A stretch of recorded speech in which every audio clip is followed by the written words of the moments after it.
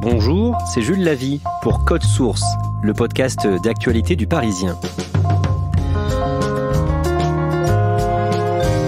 Il y a quelques jours, l'édition de Seine-et-Marne du Parisien racontait l'histoire d'un petit club de Krav Maga créé il y a quelques mois et qui séduit de nombreuses femmes. En France, le nombre de pratiquantes de sports de combat et d'arts martiaux a bondi de 20 à 30% en seulement 5 ans. Pour Code Source, Claudia Prolongeau a participé à un cours d'autodéfense à Paris.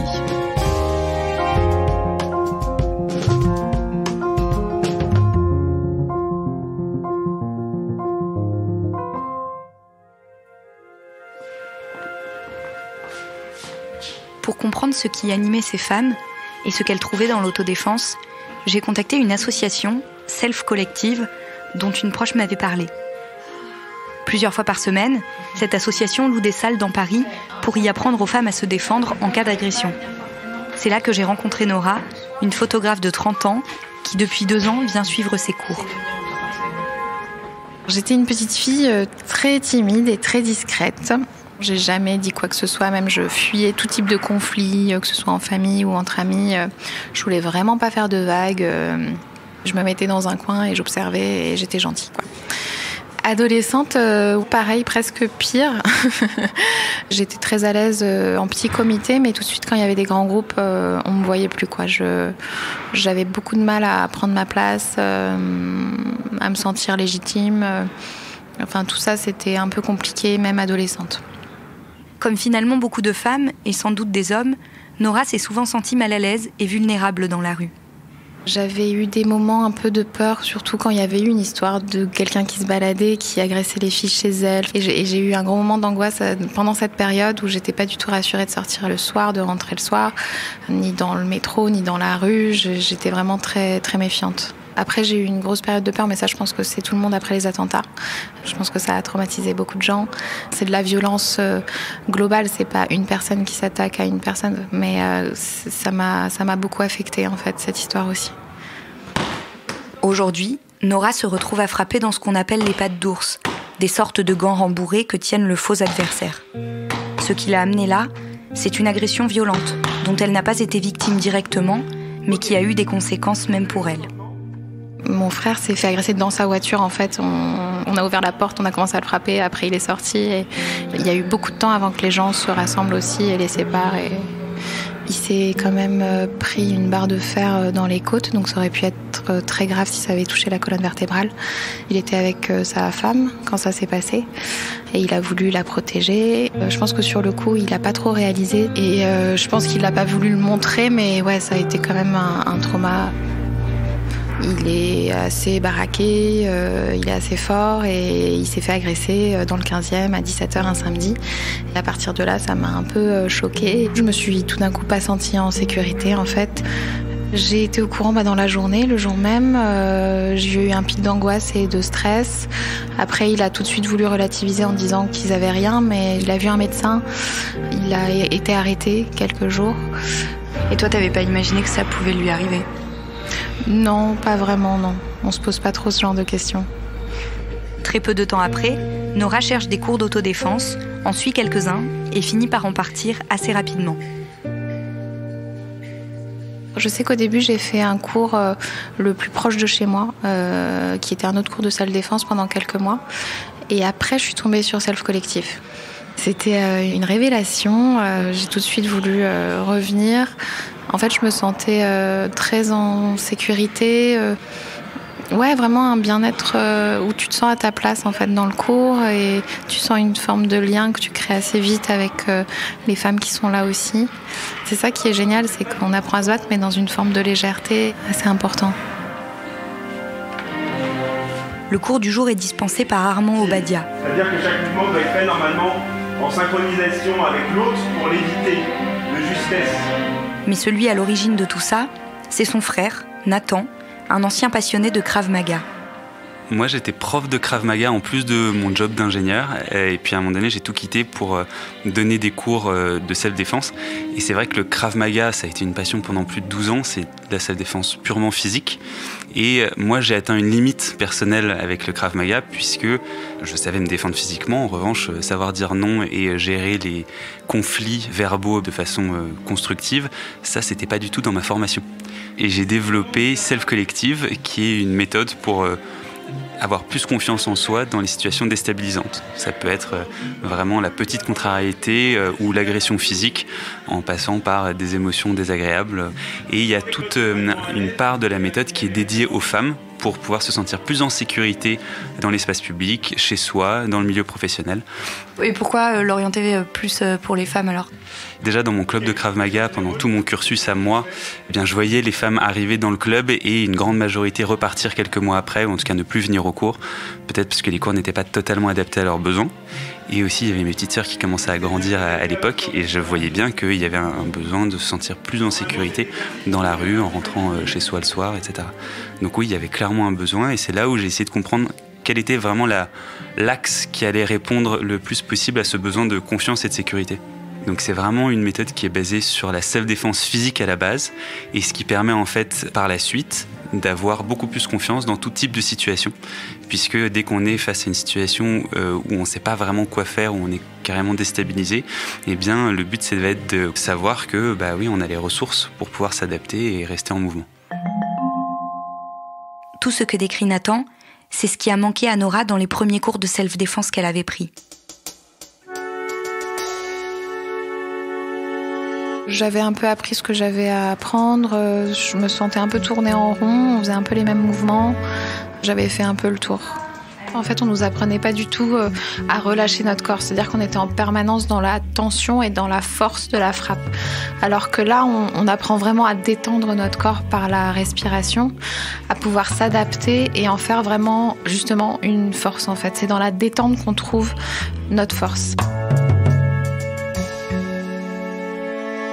Et ça, la gifle au niveau de l'oreille, c'est très efficace parce que ça déstabilise la personne et elle va tomber par terre. En fait, on a le sens de l'équilibre dans l'oreille interne et une claque dans l'oreille, ça fait tomber la personne. Surtout si elle est sous alcool. Donc dans un premier temps, ce qu'on va faire, c'est que vous allez mettre la gifle en étant le plus détendu possible. D'accord ? En respirant, juste pour vous échauffer.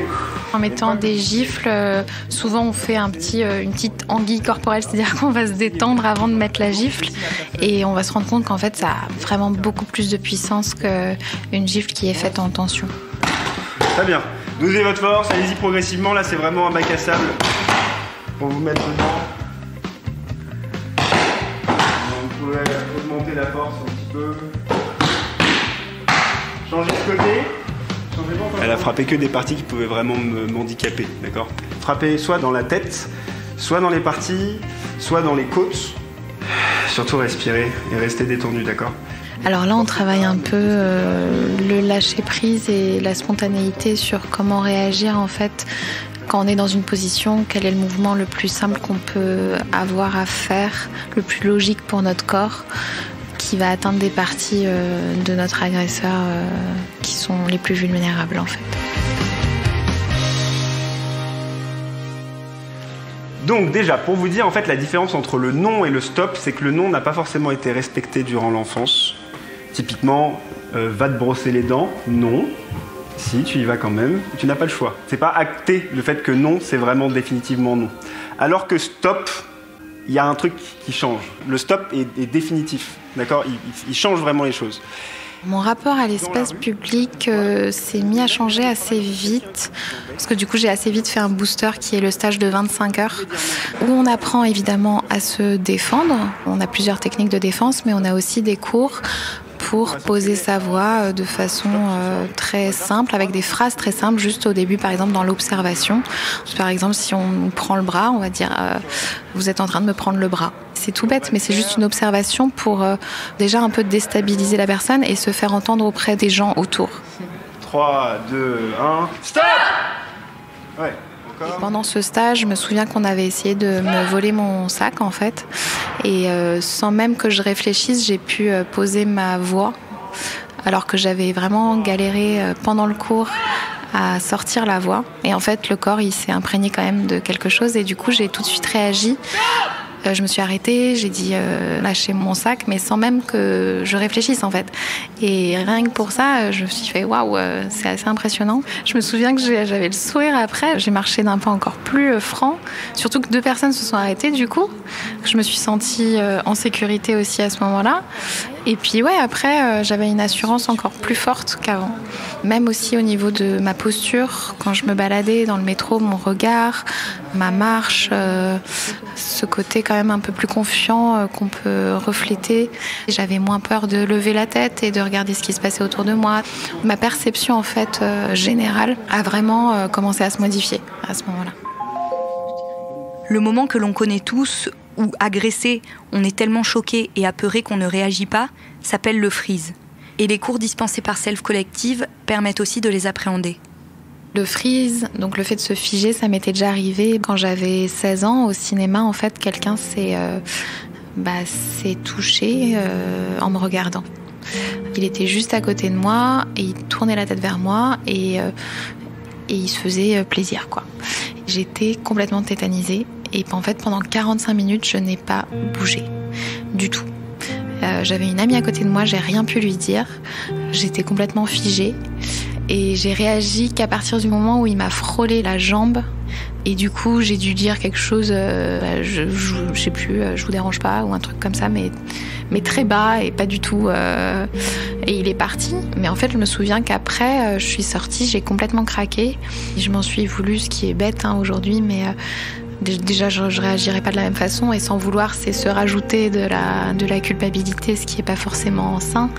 Là, c'était une façon de me protéger, peut-être, de ne pas réagir. De toute façon, c'est une des 3 options. Il y a fuite, freeze et fight, ou se battre. Donc, c'est une des 3 options pour réagir, en fait. Et c'est celle que j'ai beaucoup utilisée, je pense, quand j'étais jeune. On disait marcher sur les pieds. Ouais. Donner un coup dans le tibia, non ? Oui, c'est plus efficace. Je sais pas. Tu peux donner des coups de pied dans le tibia, dans la malléole, sinon c'est plus bas. Remonter dans le genou, tout dépend de la distance que tu as. Plus tu es proche, plus tu vas frapper bas en fait sur la jambe. D'accord, ok. Dans un cours de self-défense type Krav Maga, une des premières choses qu'on apprend, c'est à se mettre en garde.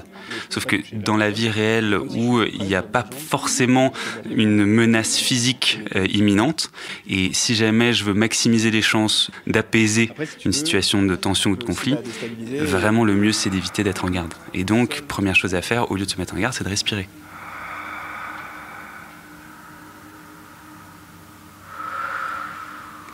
Il y a vraiment aussi cette connexion qui se fait à travers le groupe, parce qu'on se rend compte qu'on a un peu toutes les mêmes peurs, les mêmes angoisses. Et mes amis proches ont vu une évolution depuis que j'ai commencé Self Collective. L'autre jour, il y avait une situation dans le métro, quelqu'un d'un peu bourré ou je sais plus, en fait j'ai pas eu peur de m'approcher de cette personne. Et ça serait jamais arrivé avant. Mais on va dire que j'y pense un peu tous les jours, quoi. Enfin, ça fait partie vraiment de ma vie aujourd'hui. Merci. Merci.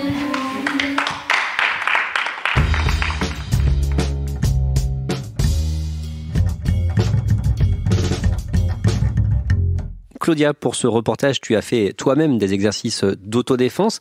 Comment ça s'est passé ? Eh ben, ça s'est très bien passé et j'ai été très surprise de découvrir plein de choses en fait, et notamment la force que je pouvais avoir si j'arrivais à me détendre avant de frapper. Et c'est vrai qu'en fait, on libère toute la force qu'on a en nous, on arrive à mettre des frappes assez violentes et c'est à la fois surprenant et rassurant puisqu'on se dit qu'en cas de nécessité, on est capable de faire ça. Concernant le nombre de pratiquantes, il y en a de plus en plus ? Oui, on a contacté la Fédération française de sports de combat et arts martiaux et il y en a à peu près 20 à 30% sur les 5 dernières années. Et on sait pourquoi ? Est-ce que c'est lié à la vague MeToo ? Eh ben, la fédération estime que effectivement ça peut être lié à la vague MeToo, puisque les femmes prennent de plus en plus de place dans l'espace public et ont envie d'apprendre à répondre et à se défendre aussi physiquement. Mais ils pensent aussi que ça peut être lié au fait qu'il y a de plus en plus de femmes qui pratiquent des sports de combat dans des championnats et à l'international. Et il y a notamment Estelle Mosley qui a gagné en 2016 la médaille d'or aux Jeux Olympiques de Rio. Et ça a sans doute aussi beaucoup compté. Merci Claudia Prolongeau, épisode produit par Marion Botorel, réalisation Alexandre Ferreira. Code Source est le podcast d'actualité du Parisien, disponible chaque soir du lundi au vendredi. N'oubliez pas de vous abonner gratuitement sur votre application de podcast comme Apple Podcast ou Podcast Addict. N'hésitez pas à nous envoyer vos retours directement, codesource@leparisien.fr.